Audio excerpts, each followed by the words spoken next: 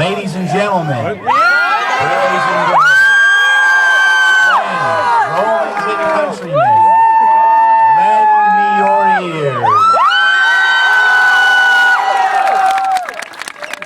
Yes, class of 2012, you will never have to hear that in a high school classroom again.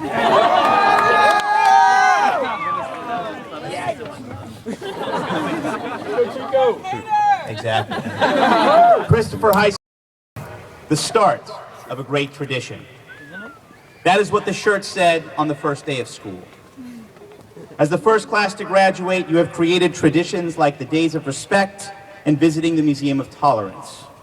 You have awarded athletes for more than their efforts on the field and court with your coveted Character Counts Award. You have raised athletic banners in wrestling, in football, in women's basketball, in softball, in men's golf, and I believe track. You have created a tradition of academic excellence by having the highest API scores in our entire athletic league. While those traditions are considered great, I also would like to mention some of your other traditions. You were the first group to make an aquarium out of the Greek theater behind you.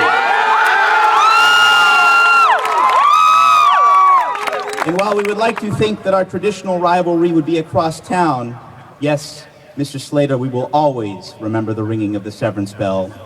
This class has certainly secured a rivalry with that private school over the hill. Who can forget the congeniality that was gloriously displayed on the women's basketball courts? Additionally, we can all appreciate the tradition of code names, quadrants, and tasks that were supposed to be pulled off. If only the ritual of leaving secret plans on teacher desktops was also not a part of that long line of great traditions. Yes, Mikey Pernick, we're talking about you. Yes, class of 2012, you most certainly have played a pivotal role in creating some great traditions at Christopher High School. And as you think back on all of your individual accomplishments along with those of the class that you have accomplished, you may also be wondering what happens next. Some of you believe that you have it all figured out.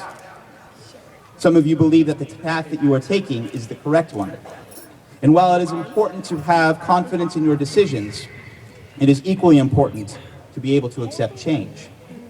You see, high school is something that you complete. 4 years of English and social studies, 3 years of math and science, 2 years of world language, and so on and so forth. Yes, you understood the requirements of getting here. But class of 2012, life is something that you experience. Life has no core curriculum or A through G requirements. Everything in life is elective.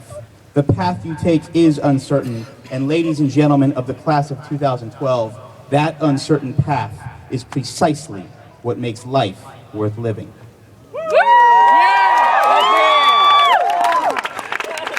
I did not graduate from college and enter the teaching profession immediately. It took me time and experience to believe this was what I wanted to do. I graduated from Chico State. Yes, people do graduate from Chico.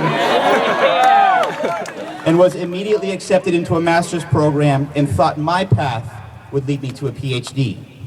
I enrolled in classes, debated with colleagues, and spent hours and hours and hours reading about the past. I did all the right things on paper, yet something in my heart did not feel right. I found confirmation one autumn day. As I walked into class, my professor began discussing the pressures to publish, that few jobs were available, and that I could expect to be teaching at 2 or 3 different community colleges if I could get hired in the first place. There was my confirmation. I wanted to be part of a community. I wanted to work with people who shared a common goal. I wanted to feel as though my job was more than a paycheck. So I quit the master's program, packed up what little I had into a 1992 Honda Accord, moved to Denver, and got hired at a hospital working with youth. Why Denver, you ask? The answer, why not? I didn't know anyone out there. I had no idea where I would live, and being from California, I obviously had no real cold weather clothes.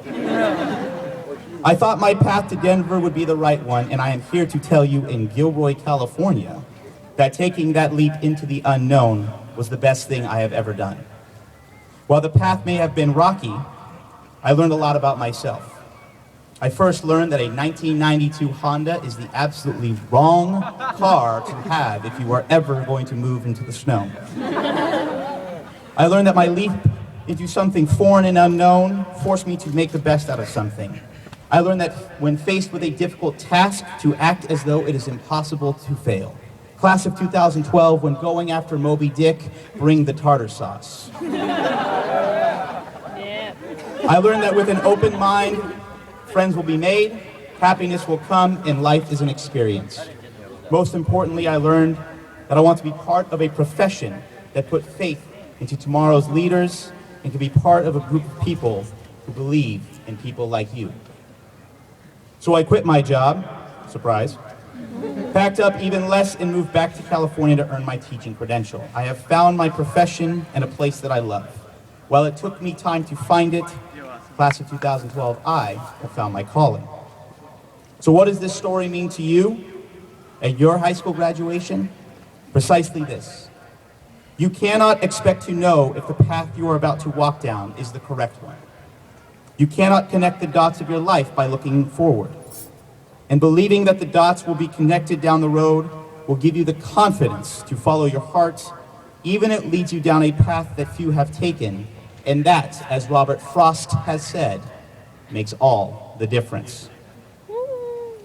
So as we come closer and closer to announcing every one of your names tonight, I'd like you to take a moment and think of what it took to get here. You have climbed the mountain and navigated the trail known as high school, and I implore you to look at this day not as the final bookend of your life's accomplishments, but as a stepping stone to greater things. On this path called life, you will get lost. You will question if you made the right decisions. You will wonder if this path you are taking will take you where you want to go. The simple fact is that you don't know. You will not know, and accepting that eases the anxiety of life experience. So as you leave these comfortable surroundings and head out there on whichever path you choose, trust in yourself and your abilities. So class of 2012, sail away from these safe harbors. Be our ambassadors to the world. Catch the trade winds in your sail.